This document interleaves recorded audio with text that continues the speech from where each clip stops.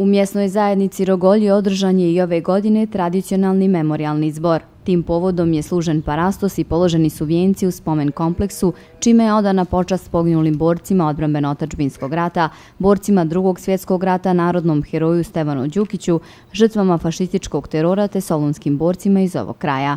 Iz mjesne zajednice Rogolje u Prvom svjetskom ratu poginulo je 5 solunskih boraca, dok je u Drugom svjetskom ratu nastradalo 68 mještana, žrtava fašističkog ustaškog terora i 36 boraca narodno-oslobodilačkog rata. Iz ovog sela 9 boraca izgubilo je živote u proteklom odbrambeno-otadžbinskom ratu. Jedan od njih je 25-godišnji Predrag Antić. Tuga i neizmjerna bol njegovoj majci Borislavi vremenom ne jenjavaju. Svake godine sve teža i teža, sine, gube se živci. Još pijem 2 tablete za živce, ali sve džabe. Što god ga više nema, meni je, sine, teže, valjda živci popušćaju i teže mi. Za onoga vrijeme rata, Prvog svjetskog, izgubila sam džeda i babu i tetku, i 2 tetke od očeve strane i materne strane. Od svekra sam izgubila isto brata i sada sam izgubila svog sina.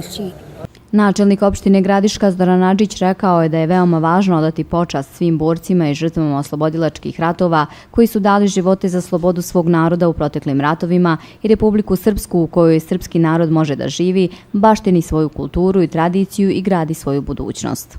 Moramo da se podsjetimo njihovih žrtava, oni su dali svoje najsvetije, svoje živote, ugradili u temelje Republike Srpske koju mi moramo da njegujemo, razvijamo i čuvamo kao zjenicu oka, jer to je sigurnost opstanska srpskog naroda s ove strane Drine. S druge strane, obaveza lokalne uprave i nas svih ovdje je da razvijamo Republiku Srpsku, da je gradimo boljom, razvijenijom, da bi otvorili što više radnih mjesta, da bi mladi ljudi pronašli interes da ostanu ovdje, da gradimo zajedno i kreiramo budućnost Republike Srpske.